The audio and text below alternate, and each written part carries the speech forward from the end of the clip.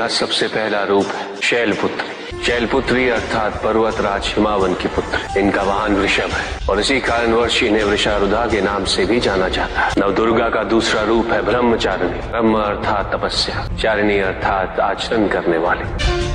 ये रूप उस ज्ञान व आचरण का प्रतीक है जिसके माध्यम से इन्होंने मुझे अपने पति के रूप में प्राप्त किया। नवदुर्गा का तीसरा रूप है चंद्र घंटा। मस्तक पे घंटे के आकार में आधा चंद्र। ये रूप अत्यंत शांतिदायक कल्याणकारी है।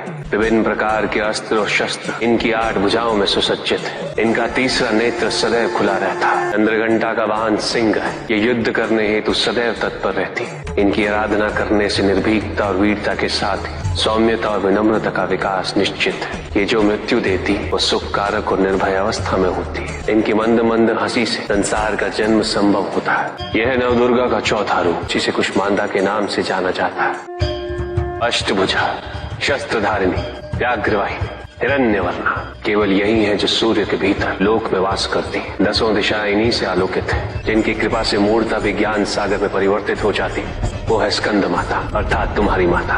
नवदुर्गा का 5वां रूप सिंह वाहिनी और इनकी उपासना द्वारा मोक्ष का मार्ग सुलभ होता है। जिस रूप में इन्होंने महिषासुर का वध किया वो कात्यायनी कहलाता है।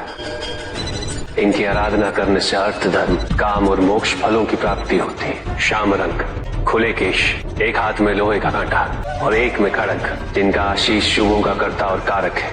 ये रूप काल रात्रि रूप कहलाता है। ये अंधकार का विनाश करती हैं। इनकी आराधना करने से असुरी शक्तियां भी भयभीत हो जाती हैं। श्वेत वर्ण, श्वेत वस्त्रों से सुसज्जित, चतुर्भुज, त्रिशूलधारी, तालवाद्य धारण करने वाली ये इस रूप में अपने उपासकों को अवदान देती। ये इनका महागौरी रूप है। माँ दुर्गा का 9वां रूप सिद्धदात्री कहलाता है।